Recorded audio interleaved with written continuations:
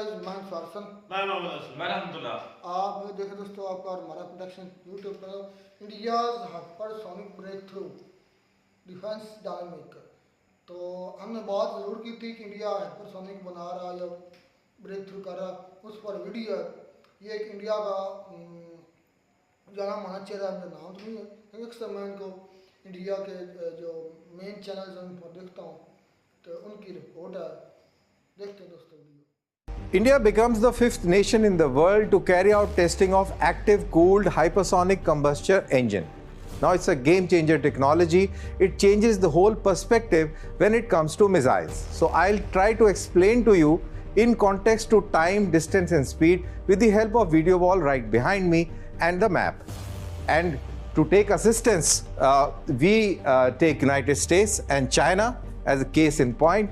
Now, the distance between America, that is New York say, and Beijing would be around 12,000 kilometers.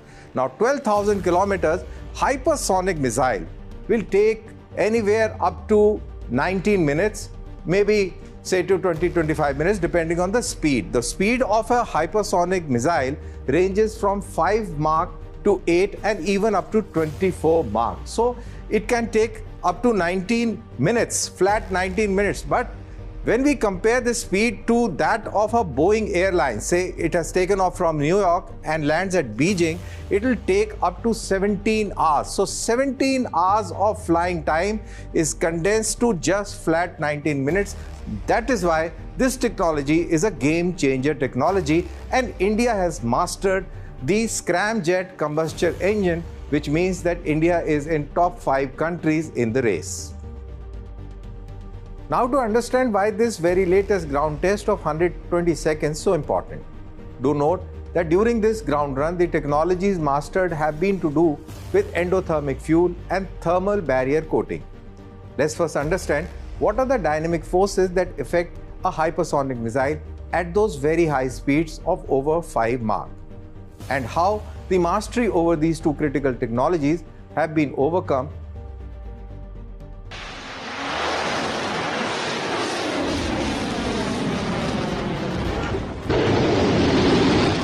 A major fillip to India's pursuit of true blue hypersonic missiles, the Defense Research and Development Organization has successfully carried out a cutting-edge active-cooled scramjet combustion engine ground test for a duration of 120 seconds for the first time. The indigenous development of endothermic scramjet fuel, a first in India jointly developed by DRDO and the industry, is central to this breakthrough. It should be noted that when an hypersonic missile travels below 30 kilometers of ceiling at speeds more than sound, it generates a lot of heat on its surfaces, ranging from 1400 degrees centigrade to up to 2000 degrees centigrade. Now it is the endothermic scramjet fuel that carries out a dual role. First is to provide thrust to the missile to achieve higher Mach speeds, and second is to keep the temperatures low of the missile bearable by other avionics on board this missile. India has also developed a new advanced ceramic thermal barrier coating having high thermal resistance and capable of operating beyond the melting point of steel. As these temperatures range from 1400 to 2000 degrees centigrade, they are these thermal barrier coating ceramic tiles that prevent this heat from damaging the missile itself. That means these technological breakthroughs will eventually pave way for India having hypersonic cruise missiles that can have speeds greater than Mach 5, which moves at 5 times the speed of sound or more than 5,400 km per hour. If you recall, India had recently carried out a hypersonic glider test. It is basically a missile carries this glider at very high speeds and releases it up in the trajectory, whereby this hypersonic glider glides by its own to the target. It does not have any kind of rocket motor. Contrary to this, the hypersonic cruise missile has an end-to-end engine that generates a speed more than Mach 5. Both these tests are a huge success for the country, as India has both of these.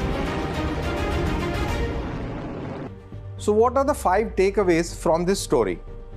India's successful test of a scramjet engine in 2023 marked a significant milestone in aerospace technology. Here are 5 takeaways. First, advancement in hypersonic technology, the test has showcased that India's growing capabilities in developing hypersonic technology, which involves speeds greater than Mach 5.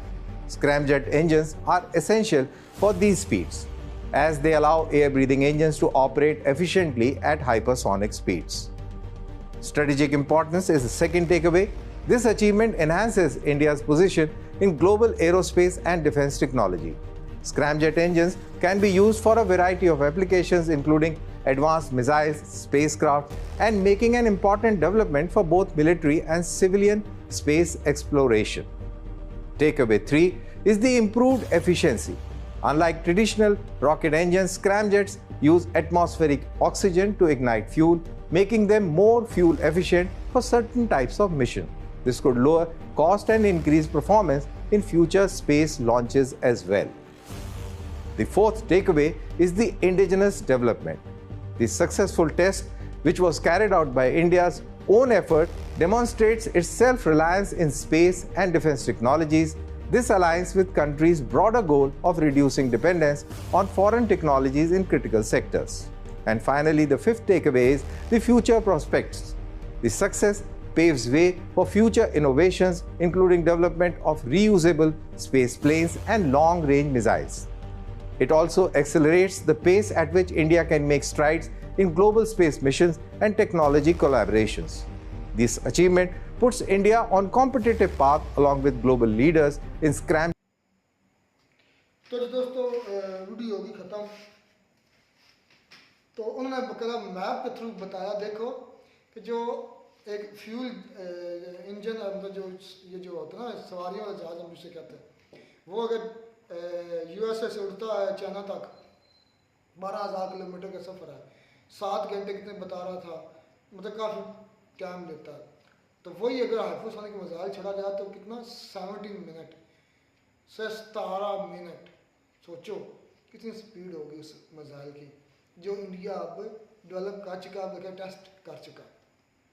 और India ऐसा वो मतलब engine endothermic exothermic वो critical points बता रहा था, मतलब ऐसे पॉइंट्स थे जो थोड़े से मतलब हाँ थोड़े से स्टडी के लिहाज से यूँ ही समझ कि ये थोड़े वीक पॉइंट्स थे, उन पर हम नहीं जाते। मोटी मोटी बातें यही हैं कि इंडिया ने टेस्ट कर लिया और सक्सेसफुली अचीव कर रहा है। और जो उन्होंने इंजन तैयार किया, मुख्तसर अगर उनकी डीप में नाम भी जाए तो मुख्तसर इतनी बात है कि इंडिया ने कैसा इंजन तैयार कर लिया जो कि हर ये जो एटमॉस्फेरिक हीट है या स्पीड की वजह से हीट होती है उसको जज़ब कर सकता है, उसको बर्दाश्त कर सकता है। सिरामिक कोटिंग है, मतलब इस तरह की उनकी मिसाइल के ऊपर कोटिंग की गई है जो कि मतलब कि उनको इस एटमॉस्फेयर की और इस स्पीड को अचीव करने में मदद दे सकती है। तो ये इंडिया की बहुत बड़ी अचीवमेंट है। हमसे तो भाई पहले ब्रह्मोस नहीं रुक रहा है, जिसकी स्पीड आई थिंक उसकी कम है, वो सुपरसोनिक है, उसकी 5 मैच से कम है। मुझे एग्जैक्ट नहीं पता, तो भूल गई कितनी चीज़ बताई भी थी, मेरे ख्याल उसकी 2.5-3 मैच इतनी है, 3 मैच तक जाता है, 3-3.5 मैच तक। तो ये वो नहीं रुका, तो ये फिर जब 5 मैच हुए कि मैं आज ही इन पर सर्च कर रहा था, थोड़ी सी बहुत ही मैंने सर्च की टाइम मिला था, तो मैंने चेक किया रशिया के पास दुनिया का सबसे तेज़ तरीन मिसाइल है, क्रूज मिसाइल। उसका नाम भी मैंने पढ़ा था, एवन ग्रेड इस तरह का नाम था उसका। एक उनका सम्राट है ना, सम्राट भी मैंने नाम पढ़ा, वो भी था।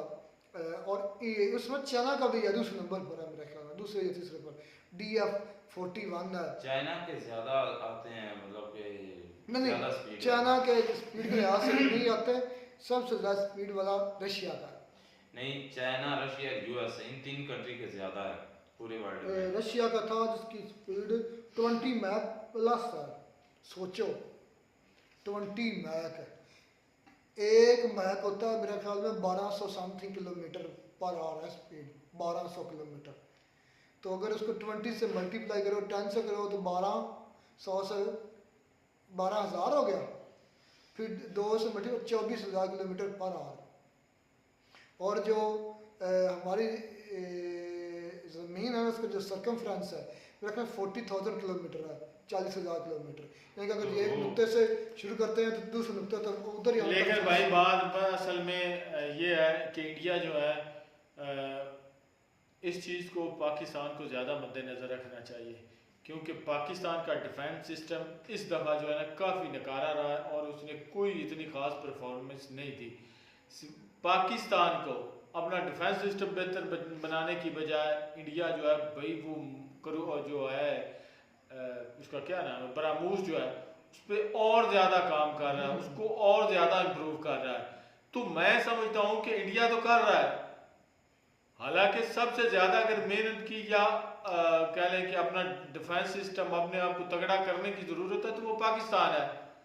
तो वो पाकिस्तान की तो कोई खबर ही नहीं सुनते कि भाई उसने डिफेंस सिस्टम लिया है, किसी से एग्रीमेंट किया है या नहीं किया है, उसकी तो कोई खबर ही नहीं आ रही। लेकिन दूसरी तरफ बात अगर जब इंडिया की सुनते हैं तो इसका मतलब है कि इंडिया इस बात पे भी रुका नहीं है कि उसका जो बरामूस है ठीक है, पाकिस्तान नहीं रोक पाया, उसको डिटेक्ट नहीं कर पाया, अच्छा खासा पाकिस्तान को हिट किया है, वो यहाँ पे रुका नहीं है, उसने भाई और इसको इम्प्रूव करना शुरू कर दिया है। तो ये मैं कहता हूँ कि बात जो है ना पाकिस्तान के लिए ज़्यादा तशवीशनाक हो सकती है।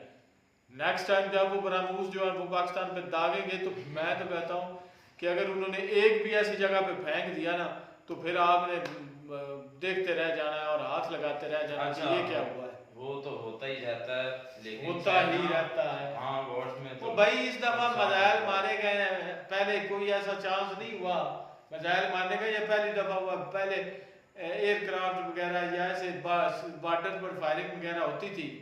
27 फरवरी को जो फाइटर जेट है उनकी लड़ाई हुई थी, अब आ गई है मिसाइलों पे। नेक्स्ट टाइम हो सकता है इससे भी आगे चली जाए। अब वो आगे क्या हो सकती है, आगे एटम बम तक जा सकती है और क्या, इन्होंने मिठाइयाँ बांटनी है चौकों पे खड़े होकर। अच्छा तो ये है कि इंडिया के मतलब कि उसका बड़ा जो दुश्मन है इंडिया का वो तो चाइना है, क्योंकि चाइना इंडिया से हर लिहाज से ताकत में हर लिहाज से अभी इस टाइम में तो उसको भी तो उसने सारी बात है जो है वो सामने रख कर जो है इसलिए कर रहे हैं। इसलिए पाकिस्तान के लिए तो मतलब कि इतना ज्यादा नाम भी करें, क्योंकि पाकिस्तान तो मैं पहले कहता हूँ पाकिस्तान इंडिया का बहुत ज्यादा फर्क है। वो चौथे नंबर पर है, हम तकरीबन 9वें नंबर पर हमारी आर्मी आती है। तो आर्मी आती है, लेकिन अगर वैसे देखा जाए ओवरऑल तो वो तो हमसे बहुत ज्यादा पावर में, पैसा भी उनके पास है, इकोनॉमी भी उनके पास, हर लिहाज से हमसे ऊपर है। तो इसी तरह चाइना और इंडिया का अगर आप कंपैरिजन करें तो इसी तरह उनमें भी काफी फर्क है, चाहे वो तीसरे नंबर पर आता है। अगर भाई ये इतनी ज्यादा इम्प्रूवमेंट बरामूस में कर रहे हैं तो इसका मतलब ये नहीं है कि ये सिर्फ चाइना का ऊपर उन्होंने नाम लिखा हुआ है, ये पाकिस्तान पे उनको भी ठोक सकते हैं यार। वो तो फिर वो ये तो नहीं है कि उन्होंने ये दोनों ममालिक के लिए कर सकते हैं, चाइना के लिए ठीक है वो इम्प्रूव कर रहे हैं, लेकिन ये पाकिस्तान के खाते में भी बढ़ सकता है। तो वो तो जरूरत पड़ने पर इस्तेमाल किसी कंट्री पर भी किया जा सकता है। चलो ये इंडिया ने सक्सेसफुली टेस्ट किया, अच्छा रहा इनके लिए, और इंडिया कर भी सकता है क्योंकि एक तो उनके पास वही अपने इंजीनियर एक इंडिजिनियस चीज़ें बना रहे हैं, अपने मुल्क की बना रहे हैं, ये सबसे उनके DRDO और इसरो तो ये सारे के भी अपनी कंपनीज है जो काम कर रही हैं, और भी काफ़ी प्राइवेट कंपनीज है जो हमारे एशियन में नहीं है, जो हमारे इलम में नहीं है, जो डिफेंस के लिए काम कर रही हैं। तो हमें भी इस तरह की कंपनी जो दुनिया में हमारे स्पार्को है उसका कई नामो निशान रहते हैं भाई। चलें यार, अच्छी कावश इंडिया के मिलते हैं वीडियो में नाटक साथ। Take care.